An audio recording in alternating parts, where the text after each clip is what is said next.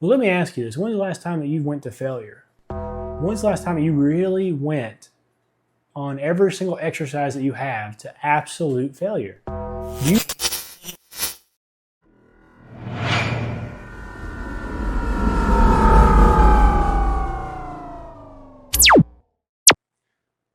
What's up, everybody? Chad Endless Potential. Let's get straight into it.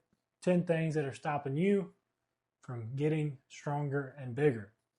I got my notepad here to keep track, old school. So let's go ahead and start with number one. And that is, a lot of people think that weight is more important than form.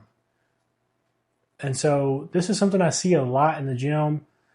And I think it's something that also hinders people from making progress in strength as well as building muscle. And that's that people focus too much on putting more weight on the bar instead of getting better at the movement itself and taxing the muscle, making the muscle work. So what do I mean by this? How many times have you been in a commercial gym? I know a lot of people have been in gyms, and you're working out and you look over and the guy's doing bench press and he's got 3 plates on there or 2 plates on there, whatever it is, a good amount of weight. And he barely gets 2 reps, 3 reps. And he's like, yeah, I've been stuck at this weight for these reps and I've been doing it for months now and I can't get past it. And you're like, you're maxing out every single session. You know, you're going to get 1 to 3 reps every single session. And you're wondering why you're not making progress. The better thing to do here would be to drop that weight to a manageable amount. Let's say somewhere between 6 to 15 reps, 6 being the minimum. And then no more than, I'd say, 20, 25, because then it becomes more of an endurance thing. And then, so you hit that weight. You find the weight you can do, 6 to 15. And what I mean by this is on that last rep, wherever you fall at, you could not get another rep at all, no matter how hard you pushed. This is going to make sure that you're actually forcing your chest to work until it can't. It's a big difference. And because when you're lifting heavier weight like that and you're constantly max loading the bar, you're not getting enough time under tension and you're not getting enough time under the bar to push the muscle to get a lot of muscle tears. You're not actually damaging the muscle. You're just creating a ton of fatigue for no real reason. So don't think that weight is more important than form, because once you get the form down and you get the reps down and you get gradually stronger over time, it will eventually get to the point where you are going to have a heavier weight, but it's going to be in a position where you're managing it. You're no longer dropping the bar to your chest, caving the chest in and pushing it up, right? It's way more impressive to see somebody take a decent weight, for example, like 405 pounds on a squat, and control it through the negative, sitting down into the squat, full rep, and then coming out of it in a controlled manner, versus seeing somebody unrack it in a shaky way, squat down real quick, fling themselves in a slingshot out of the bottom of the hole, and then barely get to the top with their knees caving in. 2 different quality of reps, even though it was the same weight and the same exercise. So check your form, look at it, and make sure that you're doing a rep count that actually makes sense, especially for building muscle. Number 2. I know some of y'all are going to be on this list, and that's skipping legs. There's a lot of people out there that skip legs, and if you're taking this serious and you're wanting to actually develop a good physique, first off, you have to have symmetry. Your legs are going to be half of your body right off the bat. Additionally, they're some of your largest muscle groups on your entire body, and so if you're wanting to be able to put on a lot of muscle mass on your body, do not forget legs. I know it's uncomfortable at first, but once you've been doing this over and over for years, you're going to either develop a love for legs on leg day once you start seeing progress, or you're going to be doing it because you know the majority of people skip them. And the strength that comes from it, being able to press or squat a decent amount of weight for reps, is going to be like nothing else. Also, it is a functional exercise, so this correlates directly to everyday life. You're going to have more power in your legs. Never can hurt having more powerful legs, so don't be skipping them. Number 3, doing easy movements or fun movements instead of movements that work. I see a lot of people on here on the fitness community on YouTube. They try to make exercises seem interesting and life-changing with cables and weird directions, and they're telling you to put your elbow and imagine it's coming down to your ankle bone and all this weird stuff. But in reality, if you're wanting a big chest, your presses are going to be very important. If you're wanting big shoulders, presses and raises, laterals and rear delt flies, stuff like that are going to be very important. If you're wanting a big back, rows and deadlifts and pulls of any sort are going to be very important. If you're wanting legs, you're going to have to do a lot of squatting and a lot of pressing. There's no way around this, really. You can't just do accessory movements and the fun stuff all the time and expect to really grow from it. So don't forget that you have foundational exercises, and we all know what they are. The ones that you look at and you're like, I don't want to do those because they're not very fun. But the honest truth is that you want a muscle to grow, you have to force it. So don't skip the foundational exercises. We are using very, very crude methods to get our muscle to develop. We're just using weights that we put on a certain number, and then we're putting them on a metal bar or different forms of exercise machines, but it's just literally moving weight. Wow! That's how you get bigger, is moving weight. Sets times reps with quality form. Number 4, being in a surplus or a deficit. So this is going to be dependent upon you. But if you're really truly wanting to gain weight, stop saying that you're not able to eat enough. If you're not moving the scale, you simply are not in a surplus. You may think and want to say that you're in a surplus, but if the scale is not moving, and if you're not seeing muscle development, and you're not seeing strength increases, all 3 of those are an indicator that you're just not eating enough. Eat more if you have to, if you want to actually move the scale and move more weight and get bigger. It has to be done. There is no way around calories in getting you bigger. And that also goes for a deficit. If you're wanting to be able to lose weight, you have to have a deficit. Either you do that through more activity, you're burning more than what you're putting in, or you eat less than what you need to burn, so that way you can lose weight by eating less, or both. But if you're not doing those, the scale's not going to move, and you're not going to be able to make progress in a deficit. So in some way, shape, or form, you need to track what you're doing. Maybe you don't have to go crazy with it and do a scale if you're not trying to like compete or anything. Catch what you're eating and see how you can make improvements in a way that makes it beneficial for whatever you're doing, calorie deficit or surplus. Number 5, and this is the one that I'm going to be guilty of, and that's not doing enough cardio. So cardio is going to, for one, increase your NEAT, your daily expenditure. Secondly, it's going to help you with cardiovascular health, because your heart rate, you can get into certain zones to help you with heart health. Number 3, it's going to obviously allow you to have a higher endurance output. So that means that you can do more efficiently. So just don't be skipping out on cardio. I'm guilty of this. This is something I still need to start doing more of. And that's why I'm not afraid to admit it. Just showing you guys some of the things that I see people missing out on and how we can potentially get better. Number 6, working on your weak points. So what I mean by this is, if calves are a weakness, work your calves. If you know that your back has certain lagging body parts, work them. It's not going to always be fun. No one wants to just go do forearm training.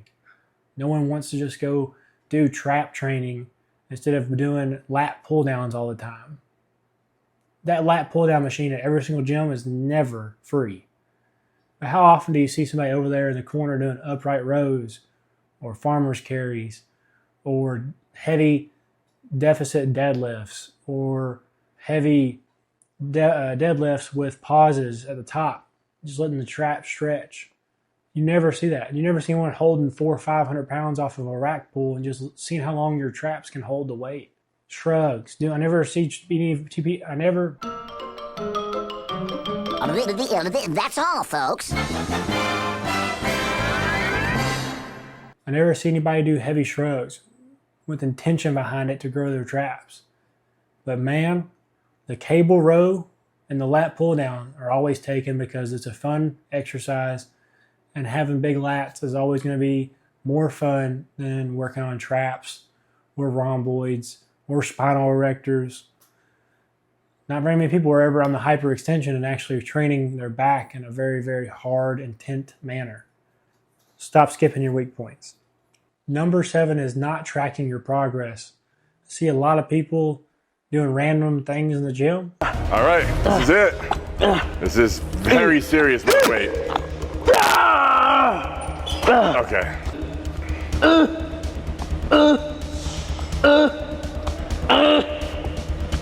Wow.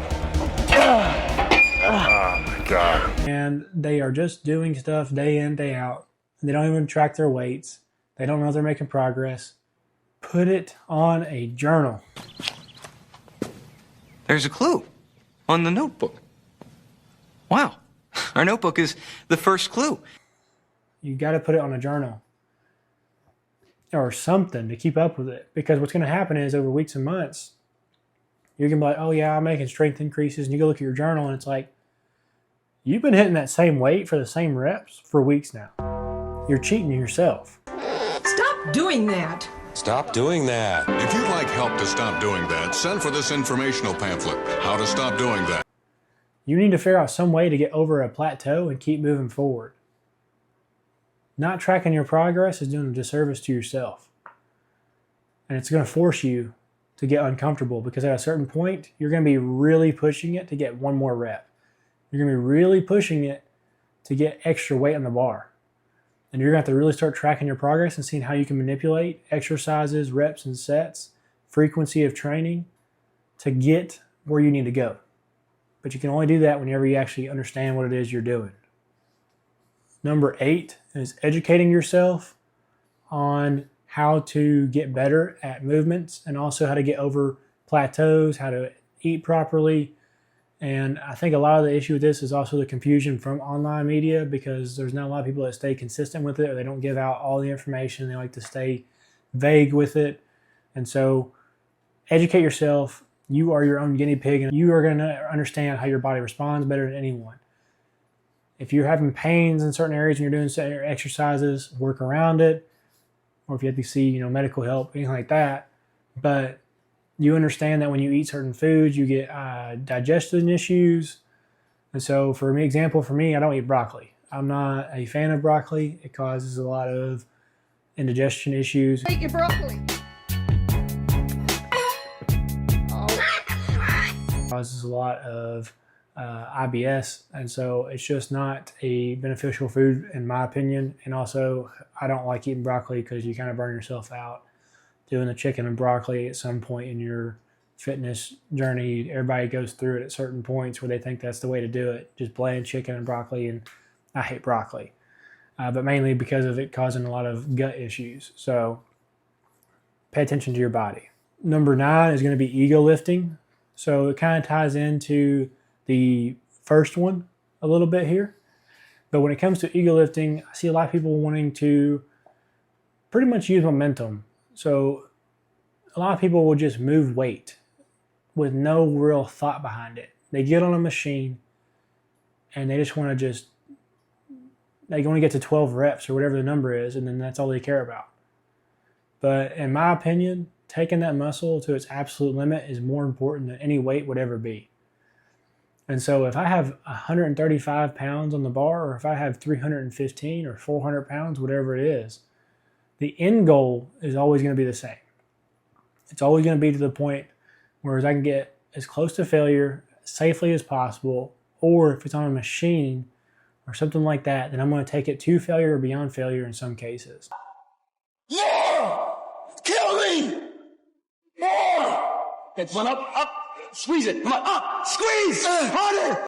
So if you are wanting to just move weight for the sake of moving weight, to say that, oh yeah, I benched 315, but did you bench it or did you unrack it, slam it into your chest, and then shakily, almost dumping the bar on yourself, get it back up to the rack pins?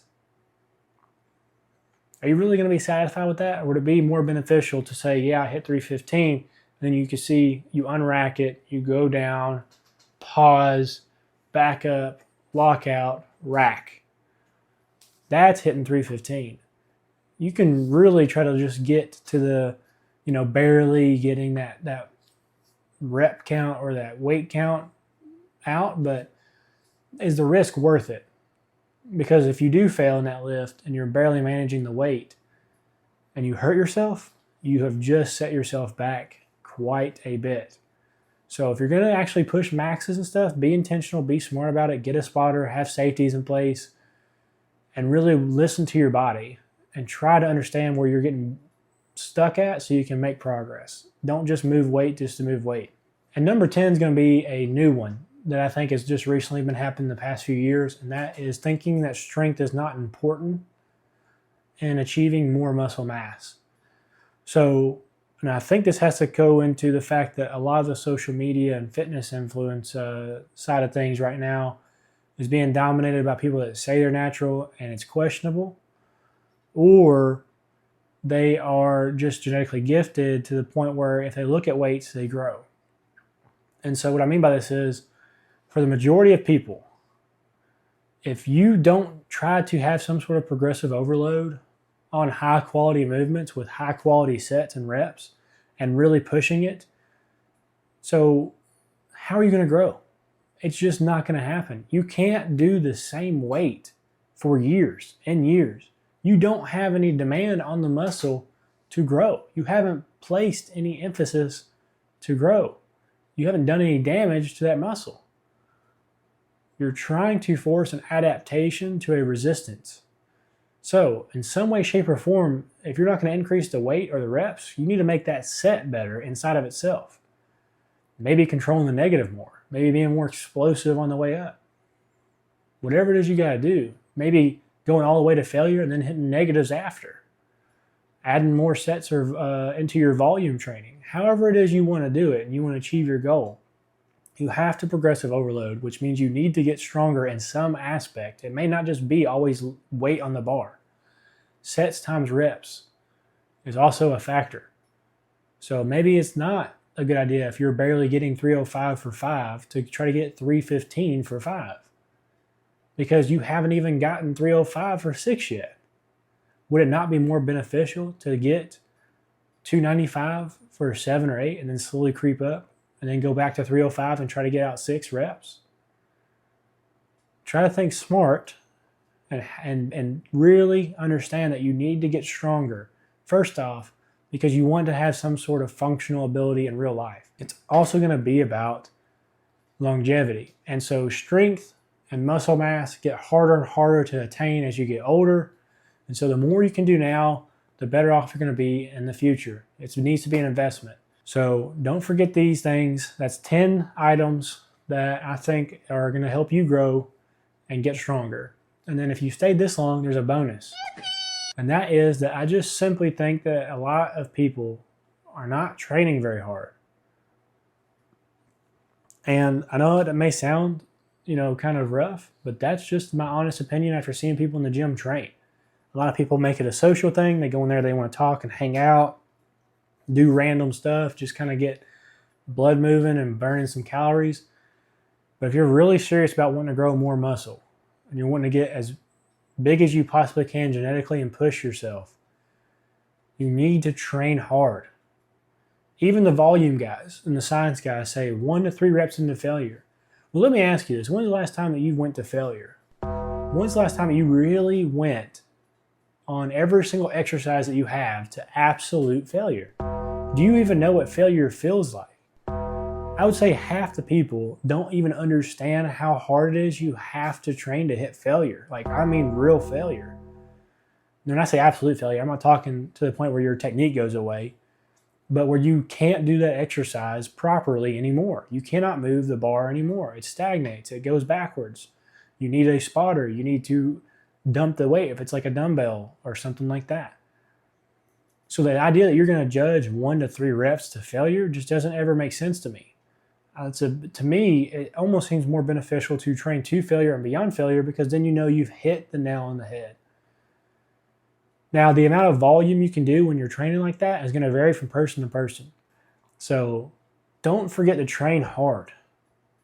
It may seem difficult at first, but after you've been doing it for a while and you've been consistent, it becomes enjoyable in a sense that there's nothing different. And I've had a hard time with explaining this. It's kind of going to be a tangent here, but not really a tangent, but more so just insight into how it feels and why it can be almost meditative when you train extremely hard. So when you're training a certain exercise, like let's say I'm about to do a fly press or a decline bench press to the absolute limit in a safe manner. I have a spotter, they're there, and I can get at least 6 reps. What ends up happening is I know that I'm going to take this exercise as far as it possibly can go. I don't have time to think about external things. Whatever issues you have going on, you have to be 100% focused.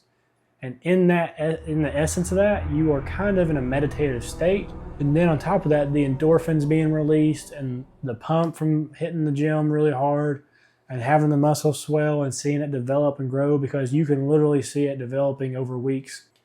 It's going to give you a sense of gratitude and appreciation for trying hard.